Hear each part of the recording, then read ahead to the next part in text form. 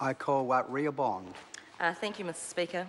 I'd just like to start this evening by saying that I'm really pleased to be back in the House, that I've actually found that the last 8 weeks being away has been rather interesting, but I've been really pleased at a local level in my office, being kept really busy and helping with constituents. So, Mr. Speaker, I'm pleased to rise on behalf of New Zealand First and speak to the first reading tonight on the Patent Trans-Tasman Patent Attorneys and Other Matters Amendment Bill. Mr. Speaker, New Zealand Patent Act 2013, which took effect on the 13th of September 2014, constituted a comprehensive redrafting of New Zealand's patent law. Given the scale of this mammoth exercise, I'm not surprised that once again this government has passed legislation that again has had an unintended effect and consequences. Last year it was identified that two anomalies in the new legislation. These two anomalies were, get the right piece of paper, were the possibility of post-acceptance lack of unity attack, which could place patent applicants in the difficult position of having to choose between two valuable independent claims, and, number two, significant uncertainty surrounding patent filing dates on which validity may turn. New Zealand First is not surprised. This government has brought forward the Patents Trans-Tasman Patent Attorneys and Other Matters Amendment Bill because this bill proposes three main things, as previous members tonight in the House have discussed.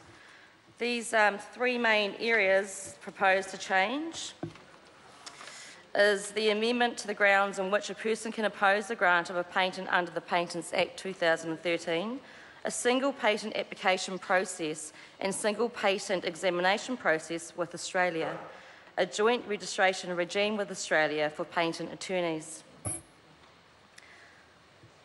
As I've said earlier tonight, the Patent Act took effect September 2014 where issues have arisen, specifically the grounds on which a third party or parties can oppose the grant of a patent on an accepted patent application.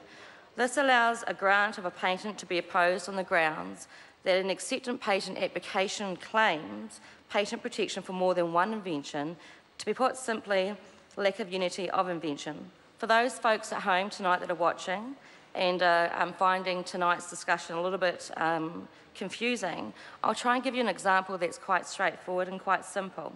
So the other example that I'm going to give you tonight is that I have invented the R-phone.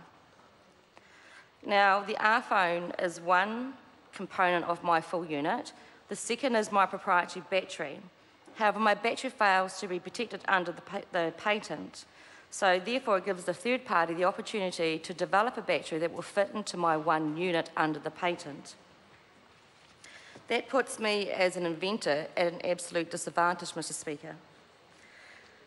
So I think that this issue was not a ground of opposition under the Patents Act 1953, which was replaced by the Patents Act 2013. You know, now I can see that there was no policy intention by this government to introduce a lack of unity of invention for a ground of opposition in the Patents Act 2013. From my simple example I've used tonight with my R-phone invention, I had one unit invented with two major components, the R-phone and the proprietary battery. That if this ground remains as it is, then the patent applicants may be, as I've said, unfairly disadvantaged. Mr. Speaker, New Zealand First does support this bill because this bill will amend the application so that the patent protection is claimed for only one invention. That means the applicant will lose patent rights to the invention or inventions such as my proprietary battery for my R-phone invention example given, that would have seen me put at a disadvantage, allowing a different battery to go into my invention. Therefore, the proposals in this bill to amend Section 92, Clause I, to explicify and exclude the lack of unity of invention as a ground of opposition. New Zealand First, Mr. Speaker, is looking forward to listening to the submitters at the Select Committee specifically to this so that we can actually get I guess, a more informed grasp on this particularly. So, Mr. Speaker, the second main changes proposed is the single patent application process. and single patent examination process with Australia for patent attorneys. Currently, Mr Speaker, since the Patents Act 2013 took effect, the documentation that must be provided for both Australia and New Zealand patent applications is almost, well, sir, it's essentially the same. And the criteria for granting a patent are now more similar to those in Australia, however, with significant differences. The procedure for examining the two patent application is the same, however. And what has been discovered is the significant degree of duplication of work between the Intellectual Property Office of New Zealand, also known as the IPONZ, and the Australian Patent Office, known as the IP Australia. This duplication of work does increase cost and complexity of applicants. Given around 95% of the patent applicants filed in New Zealand have a corresponding application also filed in Australia. It makes common sense to have a consistent approach to establishing a single portal application where applicants may wish to apply for the same invention in both countries, and we could also access that in either portal. This allows the applicants to file one set of documents and pay one fee. That generates two applicants, a New Zealand one sent to the IPONZ and an Australian applicant sent to the IP Australia for further processing. The third main change, Mr Speaker, is the joint registration regime with Australia patent attorneys. In New Zealand, we make up a small profession that provides the specialist advice to businesses obtaining and protecting intellectual properties, especially obtaining patents and registering trademarks. So currently there are 493 patent attorneys that reside in not only Australia but also New Zealand and are registered in both countries. So that's 55% of the Australian and New Zealand patent attorneys. Often it's asked what the benefits for patent attorneys will be, and we can see quite clearly that it is less red tape and increased business opportunities for attorneys not currently registered in both companies.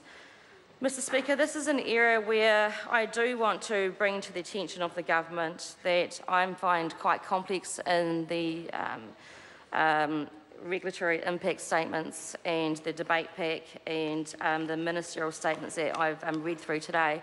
As I said earlier, New Zealand First will be supporting this bill to the Select Committee because we actually look forward to hearing from the submitters at the Select Committee as to how these three main points that are proposed for changes in this bill can actually affect or increase or invigorate competition between Australia and New Zealand.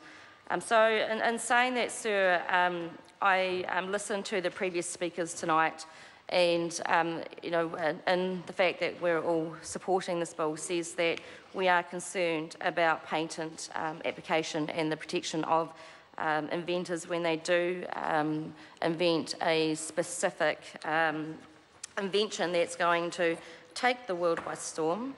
Mr Speaker, I want to look at the stats that I asked the Library to prepare for me today, and in some ways does actually add to this, proposed changes. And interestingly enough, Mr Speaker, since the year 2005 to 2015, and there's no definition as to exactly what it costs for these businesses to go through the process, but the number of prosecutions under the New Zealand Patent Acts 1953 and 2013 were 54. Now, these prosecutions, they have occurred in New Zealand for inventions protected under the New Zealand Patents Act.